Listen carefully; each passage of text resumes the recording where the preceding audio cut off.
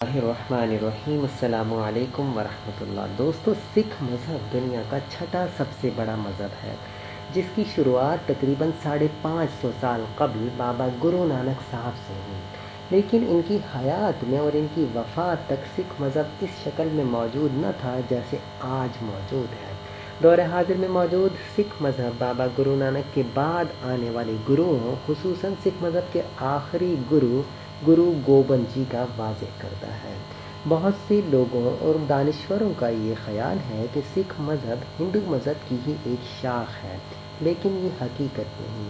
ہاں، یہ بالکل حقیقت ہے کہ بابا گرو نانک صاحب کی پیدائش ایک ہندو گھرانے میں ہوئی، لیکن بابا گرو نانک کی ساری زندگی ہندوؤں کے رسم و رواج اور تہذیب و تمدن کے خلاف گزری۔ گرو نانک کو تعلیم دلوانے کا انتظام خود ان کے والد نے کیا اور انہیں تعلیم کے لیے مسلمان معلم سید حسن کے سپرد کر دیا۔ سید حسن کو قطب الدین کے نام سے بھی پکارا جاتا ہے۔ سید حسن نے گرو نانک کو ہونہار دیکھ کر ان کی تعلیم و تربیت میں کوئی کسر نہ چھوڑی، چنانچہ بچپن ہی سے گرو نانک اسلامی عقائد سے واقف ہو گئے تھے۔ صوفیہ کرام کا کلام پڑھنے لگے اور اس کا ترجمہ پنجابی زبان میں کرنے لگے۔ اپنی جوانی میں بابا گرو نانک نواب دولت خاں کے ہاں مال زکوٰۃ کے منشی مقرر ہوئے۔ 30 سال کی عمر میں انہوں نے نہ صرف ملازمت چھوڑ دی بلکہ گھر بار کو بھی خیر بات کہہ دیا اور سیر و سیاحت کے لیے روانہ ہو گئے۔ انہوں نے ہندوستان، سری لنکا، ایران اور عربستان کے سفر کیے اور 40 سال کی عمر تک ان ملکوں کے مقدس مقامات کی زیارت کرتے رہے۔ بابا گرو نانک صاحب مسلمان صوفی بزرگ حضرت بو علی قلندر پانی پتی رحمۃ اللہ علیہ کے پاس ایک مدت تک رہے، پھر ملتان کے مشہور بزرگ حضرت بہاء الدین زکریا رحمۃ اللہ علیہ کے مزار پر حاضری دی۔ گرو نانک حضرت غوث اعظم شیخ عبد القادر جیلانی رحمۃ اللہ علیہ کے مزار پر بھی تشریف لائے اور یہاں 40 دن رہے۔ اس کے بعد بابا گرو نانک نے اجمیر شریف میں خواجہ معین الدین چشتی رحمۃ اللہ علیہ کے مزار پر بھی حاضری دی اور وہاں پر بھی 40 دن کا چلہ کاٹا۔ بعد ازاں پاک پتن تشریف لائے، حضرت شیخ فرید الدین گنج شکر رحمۃ اللہ علیہ کے مزار پر خلوت نشین ہوئے۔ بابا گرو نانک حضرت ابراہیم فرید چشتی رحمۃ اللہ علیہ کی تعلیمات سے بے حد متاثر تھے، جو حضرت بابا فرید الدین شکر کی 12ویں پشت سے تھے۔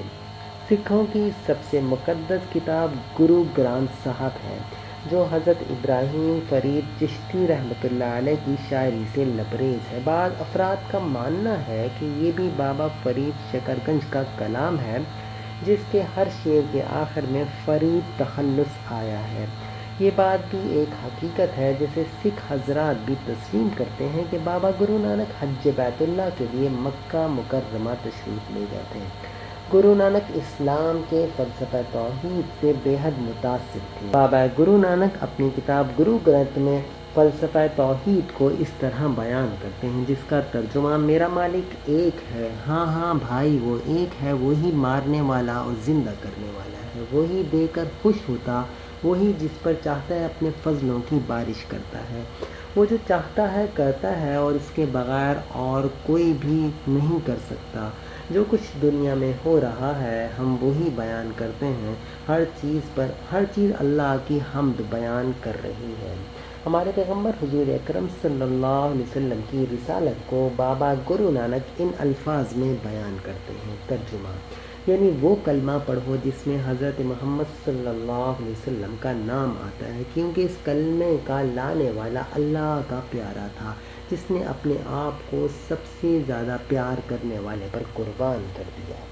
اور 4 آسمانی کتابوں کو گرو نانک صاحب اپنا ایمان ان پر اس طرح بیان کرتے ہیں، جس کا ترجمہ ہے: مرشد یعنی رسول اللہ صلی اللہ علیہ وسلم کو مان اور 4 کتابوں کو مان، یعنی قرآن پاک، تورات، زبور، انجیل، اور ایک خدا کو مان جس کا دربار خاص ہے۔ گرو نانک صاحب اپنی زندگی کے آخری حصے میں دریائے راوی کے کنارے کرتارپور نام کے ایک قصبے میں آ کر آباد ہوئے، جو آج کل تحصیل شکر گڑھ میں دربار صاحب کے نام سے مشہور ہے، اور اپنے گھر کے قریب ہی ایک مسجد تعمیر کروائی اور اس میں نماز پڑھانے کے لیے ایک امام بھی مقرر کیا۔